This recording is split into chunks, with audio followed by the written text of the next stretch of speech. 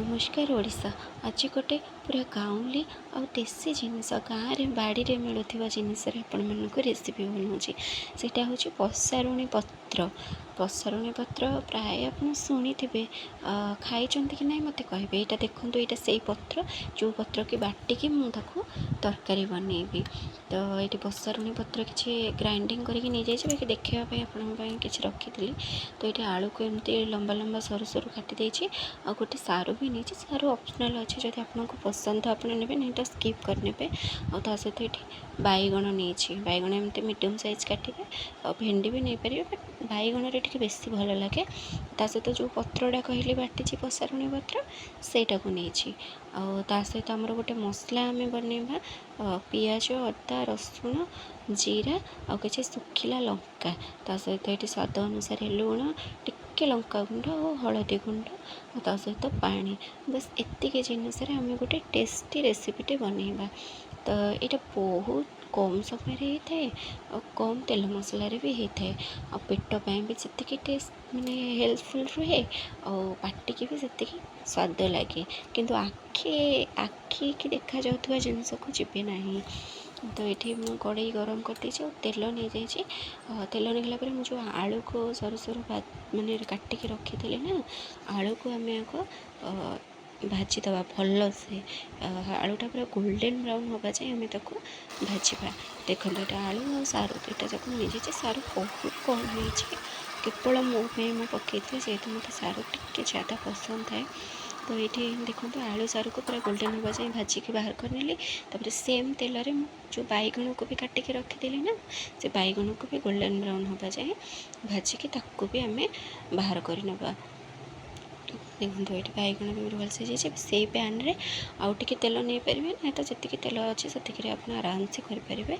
मुझे आगे तेल नहीं जाइए तो तेल नेलापर ये जो बटा मसलाटा आम रखी पियाज रसुण अदा जीरा सुखिला लंका सब डायरेक्ट पकईदबा। ये पियाज टमाटो कटा पियाज कटा टमाटो किसी भी दबा दरकार नहीं। एतिर किसी भी दरकार नहीं। ये तरकारीटा सेमिति भी एत टेस्ट लगे ना आपण मैंने थे बनई कि देखूँ। आगे आमर शिले किसी भी जो आम जेजेमा माँ सब रोषे करते ना से ये जो चिकेन गुंड रुचि गुंड ये सब जिनस नाला।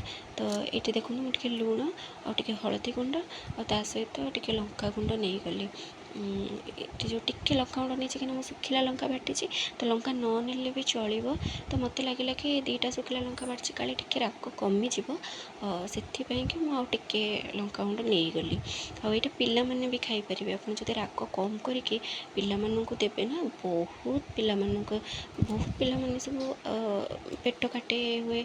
तो ये पत्र तरकारीटा दिंतु ना ये पत्र को बाटिकी कंचा दिंतु पेट पाई बहुत भल। देखो मसला कषि सारा 90% कषिगला आमर ये जो पत्रटा को आम बाटिकी रखी सेटा को आधार ऐड करदे।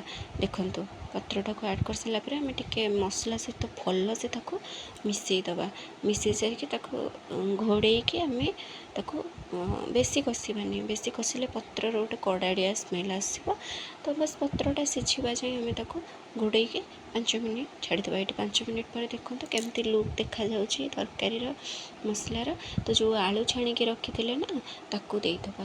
ताकू देकी आम आलूटा को जेहेतु आम छाणी से टिके भाजी जाइए ता सहित ये आम कौन करवा आलू को आउ किसी समय आम घोड़े टिके आलू सीझा जाए आम घोड़े भाजीदबा।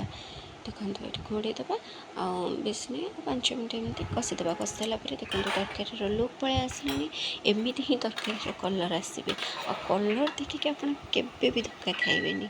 तो ये देखो होगा आपको टे लो टू मीडियम फ्लेम एमती खोला टे एपट सेपट करदे जोटा कि मसला पत्र आलू सब एकाथर के अब्जर्वेशन करनब बढ़िया से। तो ये देखो पूरा कषि गला।